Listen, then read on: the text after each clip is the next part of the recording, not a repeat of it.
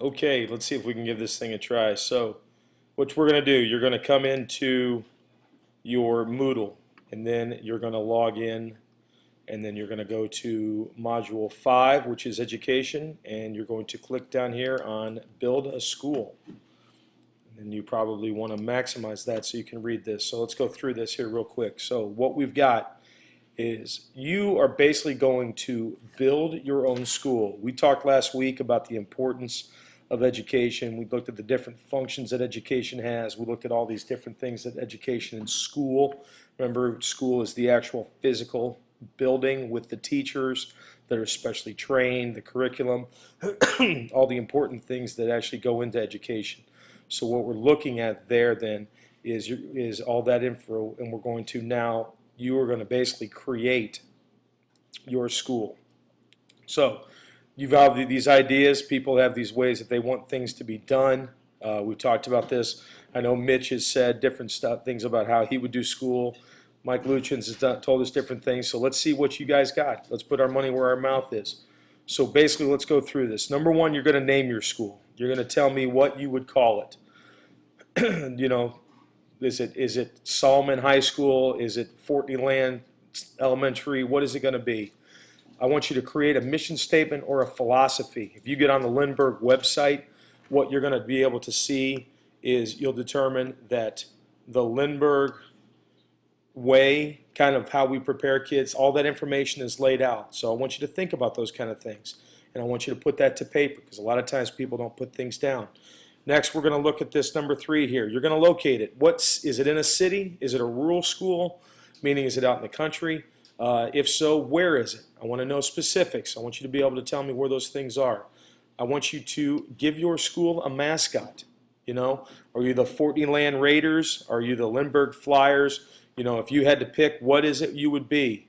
All right. Next thing you're going to look at is the rituals. We talked about, is there a set way of doing things? I remember our third hour, in the fourth, we talked about the KIP way of doing things, the KIP way to hold your books and turn papers in and talk to each other and things like that. Are those rituals set up like that? Are uniforms, which whether you would think of it or not, is actually a ritual. It's a display of uniformity. All right? What are your expectations? What do the rules of the school look like? What are you expecting from the kids? Do you have different things going on? Are you going to have an open campus? Are you going to have daycare? Are there going to be certain ways that you expect kids to behave? You know, what is tolerated and what is not? All right, number 7, when we look here and we look at relationships, when we talk about there, what we're looking at is who's the school associated with? What kind of relationship is going to have with the community? Is it going to provide something for them? Are we going to have, and it kind of goes along with the curricular focus, number 8. As we look there, you know, is it going to be a general ed school? Are you going to be a school that is going to be like the science and math wizards of the future? Are we looking at different things as we go through in the sense of, you know, we talked about maybe even a daycare. Are you going to try to teach people, you know, are we going to have CNAs, like a tech school kind of thing? What is that going to be? All right, how do those things kind of go hand in hand? Then back when we talked about number 7, you know, what relationships do you want to see amongst the teachers and the students? Are the students, is it more self-driven? Is it more teacher as facilitator, or is it teacher as actually teacher in education? All right, we look here at number 9, extracurricular activities. What sports is going to be offered? What clubs? Is there going to be music groups, theater? You know, what kind of things are going to be there? You know, this number 10 always says decision-making process, but I really want you to take this thing into account. All right, what is the chain of command? Who's in charge? Is it a school board? Is it a president? You know, different, like when you talk about Lindbergh School District, we have a school board that is elected by the population of the community. The school board then in turn hires a superintendent who then hires everybody below them. So the chain of command kind of works its way up. You know, is it teacher as decision makers? Is each classroom going to be independent of each other? Do they have the ability to kick kids out in the sense of suspensions, or maybe what does your discipline look with those things? All right. The next thing we're going to look at, and the last thing is, what does it take to get a diploma? All right. You know, obviously we look in the state of Missouri and in Lindbergh, you need 24 credits as the magic number to graduate.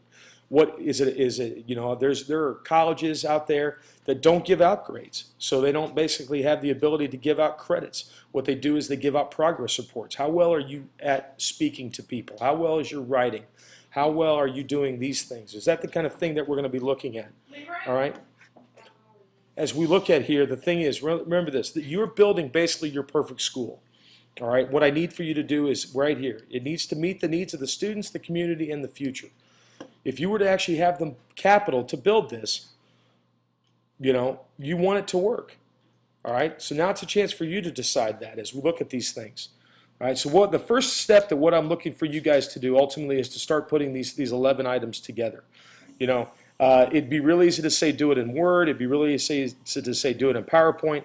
I want you to do it with one of the ways that we've shown, unless you've got another way, and there's some other technology things that we go.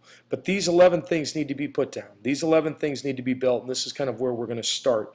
And this will be our big ticket item for the week. So I want you guys to have fun with this. It's a real good chance for you to show your creativity if you take it seriously. If not, you blow through it, and your grade will reflect that. So let's see how smart we really are, and let's prove to the world that you got a lot more things going on. And then I will see you guys on Tuesday. All right. Good luck and have fun.